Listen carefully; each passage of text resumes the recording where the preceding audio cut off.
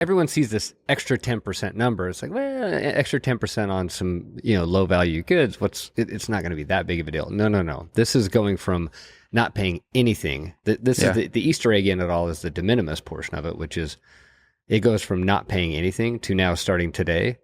You're paying everything that you should have been paying for, the tariffs that went in place years ago when Trump was first in office. And the normal tariffs, plus this extra 10%, plus any collection fees, et cetera. It's going to be pretty disruptive.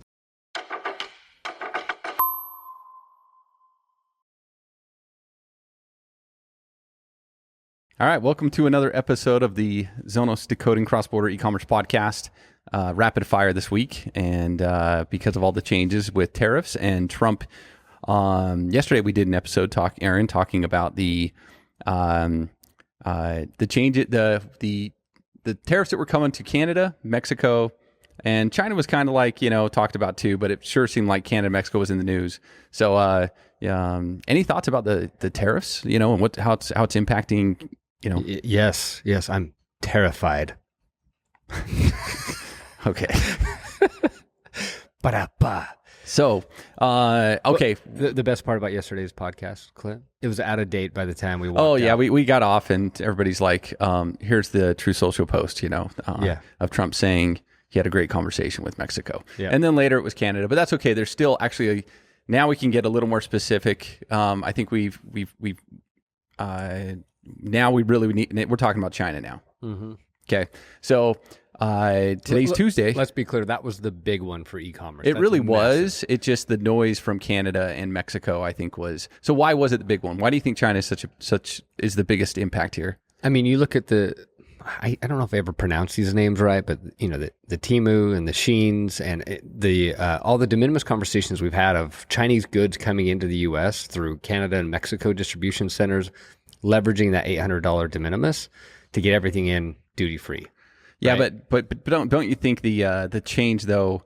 Canada was a big change. Was big for U.S. retailers. The Canada tariff of 25%. But now that that's gone, you're really talking about the impact on retailers that import into the U.S. Yes, directly. It could be a U.S. retailer, but okay, yes, that's the massive impact. Yeah, because everyone sees this extra 10% number. It's like, well, extra 10% on some low value goods. It's not going to be that big of a deal. No. This is going from not paying anything. This is the Easter egg in it all is the de minimis portion of it, which is it goes from not paying anything to now starting today. You're paying everything that you should have been paying for the tariffs that went in place years ago when Trump was first in office. And the normal tariffs, plus this extra 10%, plus any collection fees, et cetera. It's going to be pretty disruptive. So, and this doesn't impact, it doesn't just impact China, like shipments coming from China. This is impacting any shipment that has a Chinese made good inside of it. Mm-hmm. Yeah. And going to have to be formally cleared. It's forced to be formally cleared through the mail. That was the other thing. So they specifically, formal clearance is so there's informal clearance and formal. I'm not going to say I'm the expert on clearance. Other than formal's harder. Formal's harder.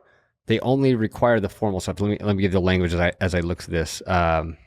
It's talking about the formal clearance being just for mail items coming from China into the U.S. So the express carriers are not going to have to formally clear any of this. That's my understanding. They can still use informal clearance. Still duty and tax due. It's just an easier clearance process. But yeah, the mail side of the stream though, coming from China, that one has to be formally cleared. What are your theories, Aaron? Why? That's a pretty loose channel right now. I mean, stuff's flowing in like crazy. I think they recognize it's a problem, and I think they're just creating a lot of pain right now to get it fixed. And we're talking the fentanyl issues, and really any other security issues through there. I think there's been an open pipeline to get whatever you want into the country through the postal stream, and this is a way for them to really put a lot of pain on it to try to affect some change. Yeah, I mean, I saw some tweets talking about that planes might be turning around. Like, what are you hearing? What are some of your sources saying about the mail channel, and then also maybe the express channel, if you've heard anything there? Yeah, so on the Not necessarily from the retailer side. So customs brokers that are working with, the Sheins and the Temus, there's a lot of them that are actually that have been pausing, waiting to understand how to even clear these shipments coming in from China. I'm sure. So they're actually saying we're not going to clear anything right now. Yeah, that's what was going on yesterday. Is everybody's just wondering what to do. They're kind of pausing and holding. So today, I don't know. I'm really curious today. It's all happening today. It's going to be really interesting to watch to see how things go. Which is why I actually ordered some items off Temu yesterday. Oh, you did? Mm-hmm. Okay. So I want to do my own experiment because, I can try to hear everybody else's stories, but I want to experience it myself. So I actually ordered 2 orders. One was a larger office chair because I'm like, that might go through a different probably not going through the post office. Probably not going through the post office. And then I ordered a fun little mug and some smelly markers because I figured that'd be fun to have at work. Have some. Oh yeah. Why not? So I'm gonna watch them. They haven't been shipped. So I ordered this yesterday evening. They're still being packaged. I'm really, really curious to see what happens if and when they ship, and what happens when they try to come through and deliver to me. So okay, so we're gonna have some good information. So now let's, what was your practical advice for the retailers that are outside the United States or any retailer that's importing to the U.S. right now? Like, what should they be doing? What should they be worried about? What's next for them? Well, first off, are you selling goods made in China? Okay, so that's the first question. Yeah, first question. If you're not, which we have some customers that are in this boat, they don't sell anything that's made in China, and it's not really affecting them, right? Yet. This stuff can change in a right. hurry. Like trust me. One day, I'm talking today right so now. So today they don't have to do anything. Today, nothing's really impacting them. They still have an $800 de minimis as long as their packages don't include any goods made in China. Yeah. If you're selling Chinese-made goods and there's an order with a good made in China, even if it's just one item amongst others, duty is going to be applied to all of it. And so it's going to be, you might need to look at your sales and into the U.S. and for this customer though, would the first thing you say, I think this merchant is is your items made in China, and how are you shipping is probably really important here, because if it's going through the postal channel, they have other things to worry about than probably if it's going through the express channel, like a DHL Express, UPS, FedEx. And if you are using, the express channels or a lot of these consolidators that have DDP offerings, you may want to consider switching to DDP if you're not already, because you could get away with DDU no problem because there's nothing being collected. So you just send it however the cheapest way you can. But what you're going to have is, if you continue doing that, and your customers are now going to have an experience they've never experienced before here in the U.S. All your U.S. customers are going to have packages getting held up, waiting for them to pay more money than they expected. And so that's going to be a really bad experience. If you want your packages to clear and deliver properly, you want to be able to collect that duty and tax up front, or even absorb it. I mean, that's another option if you want to absorb those fees, but have the duty and tax billed back to either, our customers have it billed to us, or for you could have it billed back to yourself. That would be my recommendation, is shield your consumers from having to deal with all this complexity and take that on yourself. And then 30 days from now, maybe we're worrying about Mexico and Canada, but for now, that's delayed. I would be worried if your stuff is made in China. And I mean, who knows, right, with Trump, but I don't see this changing. No, I haven't heard any.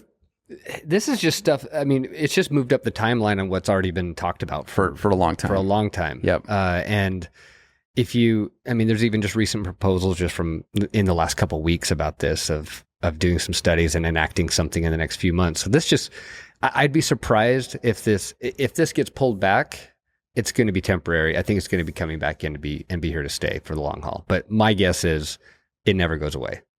But time will tell. Any other thoughts as we finish up today's episode that we're missing? One thought is China has already retaliated, but it's not really targeting things that are going to impact e-commerce. Okay, so what are they doing? It's things like tariffs on energy sources like coal and natural gas, agricultural equipment. But why didn't they drop their de minimis like we did? Oh, it's already low. Oh, that's right. Yeah. Not very reciprocal there. That's the thing, is in the e-commerce space, they don't have Chinese consumers aren't buying a ton of consumable goods from the U.S., right? Yeah, but a lot of that is because the government puts the friction in so they can't. So, it's the reciprocal part of all of this. I get. Yes. It's frustrating when you're a U.S. retailer, you have an extremely high quality good and brand, and China won't let you import that into their country in a in an easy way, like we do. This is something that will be interesting to watch as this unfolds, is how the buying behaviors of U.S. consumers change and evolve to merchants outside the U.S. that aren't selling Chinese goods that can still sell things in under the de minimis, but also just buying more locally. I can totally see some looking for other channels to buy stuff if they start having bad experiences with buying these goods from these Chinese retailers. Yeah, but even buying local, I mean, okay, so they slapped another 10%, but so if you had your clothing already being made in China and you're a brand and you're bringing it into the U.S., your cost did go up 10%, but that's it. So it's not like, I think we're still going to see a lot of Chinese-made goods that are getting purchased in the U.S. I just think they're going to come in bulk, a lot of it, versus small packages just going to be not impossible. And actually, there still will be a fair amount if especially if that formal clearance thing goes away, which I get they want to have a little bit more of a handle on what's coming through the pipeline, but it really that formal clearance is a bit absurd to in terms of friction. Like, it almost is for a low value good. It's almost impossible to do this in a cost effective manner. Yeah, well, and I think you're going to have some empty warehouses. You probably already do in Mexico and in Canada, right? Because now you're at the point of, well, I'm not saving on any tariffs. No, they're not saving on any tariffs. So I might as well just bring it into my U.S. warehouse. Yep. And then we're going to get all the tariffs on it. Yep. Well, all right. Hey, this is going to be interesting. Might be back tomorrow. We'll see kind of like what's in the news and what we know. Probably a good idea, because I think it'll be interesting to see if we've confirmed some of the things that we're suspecting is happening right now. We got to watch my orders and see if they ship. See if they ship. What happens too. Yeah. So we can just update everybody that nothing's changed. I think there's going to be a lot we're going to be trying to do everything we can to gather information from partners and contacts that we have to see what's actually happening in practice on the ground. Yeah. I think it's going to be, I anticipate it being disruptive this week. And so I'd love to, see if we can gather some stories and experiences that people are having. I'll tell you this, it's not going to be boring. No, it's not. All right. Thanks, Aaron. Thanks.